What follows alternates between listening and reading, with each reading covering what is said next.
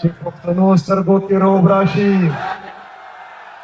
غیر کې به هله سړیتوب راشي، تڼې تڼې به د ګریوان وویني چې دا زلمي په لیونتوب راشي. میرے خیبر پختونخوا کے غیور عوام، میں آپ سب کو پشاور آنے پر خوش آمدید کہتا ہوں اور آپ کو خراج تحسین پیش کرتا ہوں کہ آج جس جوش جذبے جنون کے ساتھ عمران خان صاحب کے عشق میں آپ پشاور آئے ہیں، میں آپ سب کو سلوٹ پیش کرتا ہوں. مجھے سامنے ہمارے جتنے بھی M P S M N S senator صاحبان ہیں وہ عوام میں ہی نظر آ رہے ہیں. میں آپ سب کو بھی خراج تحسین پیش کرتا ہوں. آج عمران خان صاحب کے اغوا کے 3 سال مکمل ہوئے ہیں. صرف خیبر پختونخوا میں نہیں، میرے نوجوانوں، پورے پاکستان میں، سندھ میں، بلوچستان میں، پنجاب میں عمران خان صاحب کے کارکن نکلے ہیں، جو اس بات کا ثبوت ہے کہ آج بھی عمران خان صاحب پاکستان کا سب سے مقبول ترین اور قبول ترین لیڈر ہے، اور پاکستان تحریک انصاف پاکستان کے سب سے بڑی سیاسی جماعت ہے. الحمدللہ.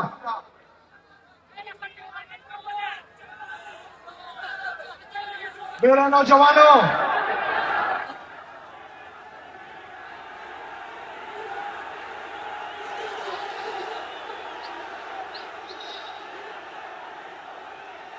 نک صبر کا کوئی دا سے ڈارے کے درتا چلتا ہوا ہے. اب